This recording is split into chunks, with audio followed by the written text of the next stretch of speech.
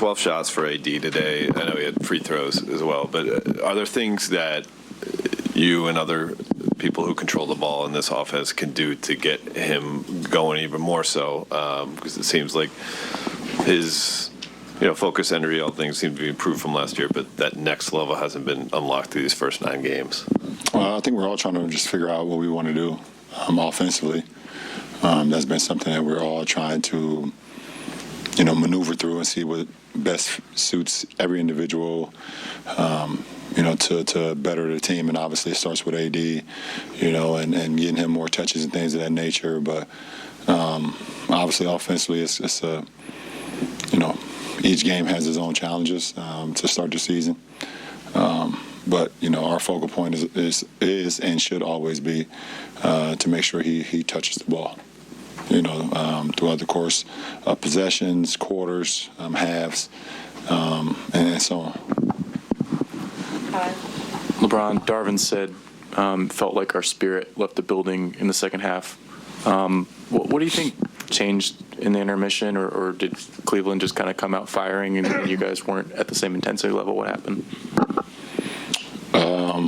I don't know. I haven't really watched the film. I know they kept the offensive pace going and made shots, and we didn't in the third. As far as exactly what happened, I don't know. I haven't had an opportunity to watch the film, so I don't know. LeBron, AD had a quote yesterday at practice essentially saying that he feels like you guys aren't what your record says you are. So at 2-7, how do you view the results you've seen versus the progress you guys have also showed? A lot of those losses have been pretty close, and I know you're not looking for moral victories, but how do you kind of evaluate the results versus the progress you've seen since the first game?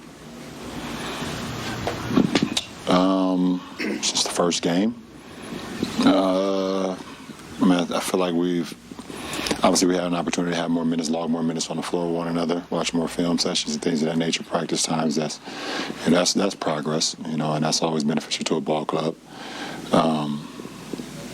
But our record is our record. We play some great teams, some really good teams so far to start the season. But our record is our record. Dan. LeBron, you only shot 3 free throws today. I think it's a small sample size, but you're getting the line less than you've ever gotten in your career. Is that shot profile, do you think? Is that just whistles not coming? No, because at one point tonight I had 22 points and 20 of them was in the paint. Last game, I got bumped, knocked off the path a few times, and at halftime the refs came to me and told me they missed it. And that's kind of been what they've been telling me over the last couple of years, that they just missed it. Do you feel like that'll swing back this season? Melita. Right here. Thank you. If you'll allow me to go 30,000 feet for a minute here, LeBron, Darvin described these first 9 games as a period of discovery for this team. Is that how you're looking at this? And if so, what do you think you guys have discovered about this team? I'm going to look at it as 0 feet on the ground. And I'm a guy that stays in the moment, and we are who we are. And, we have to get better and compete every night, which we've done. We've competed. This ball club has definitely competed. But we've, for the majority, we just hit a wall at one point, and it's hard for us to recover after that. And we put so much on our defense that when our offense, kind of go 4 or 5, 6 possessions without scoring, we put a load on our defense. So we just got to keep pushing.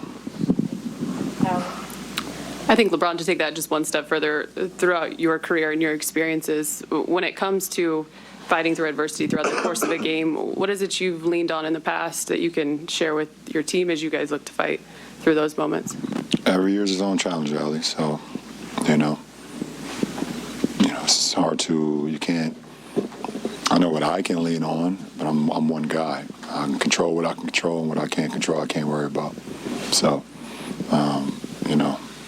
you prepare yourself mentally and physically and spiritually every night to go out for battle, and you give the guys energy on the floor. You talk them through things, mistakes, good things, bad things, whatever the case may be, to help them throughout the course. But every year is his own challenge, and I know for me, I can lean on things that I've experienced, but it'd be the same as me trying to explain to my kids what's it like growing up when I grew up.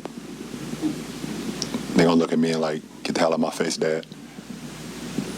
We got a nanny, a chef, a gated community, in a private school. It's different. Class 2. LeBron, you spoke highly of the Cavs at All-Star. What's your view of them now that you've seen them with Donovan Mitchell? Do you see them as a contender? Well, I got in trouble last time for just giving an honest opinion. I got in trouble for that, which I don't care, so I'll give another opinion. Jason's my friend. Where is Jason Lloyd here? He's not even here. He didn't make the trip.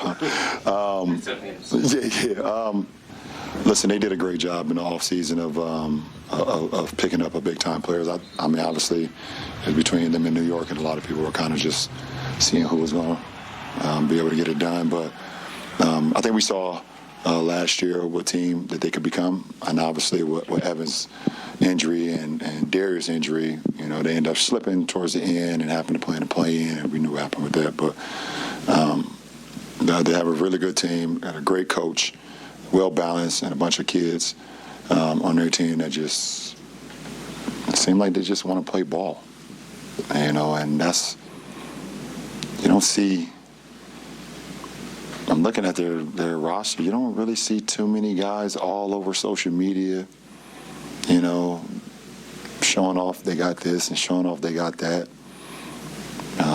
Seem like a bunch of guys that just like come to work and just want to play ball.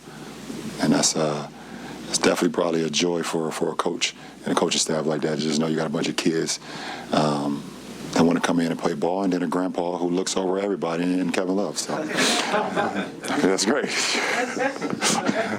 Last question. Hey, LeBron, wanted to ask you about your outfit. Honor of takeoff. Someone that meant so much to the culture. I think the first time I heard him, I was playing in Israel, 2013. The Lakers have done a great job in honoring him throughout our pre-games. I know that's also, someone that would have been here with a Laker jacket on courtside at the game. So just wanted to get your thoughts on what he meant to the culture and what he means to you, too, as well.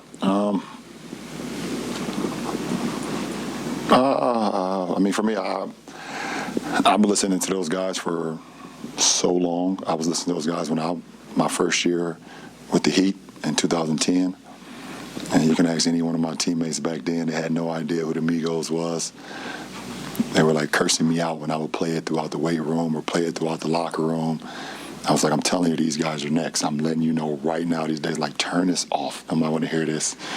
And just fast forward, just knowing, take off personally and send my condolences to Quavo and the family and the whole QC family and everybody. It's just, it's another hit for our community.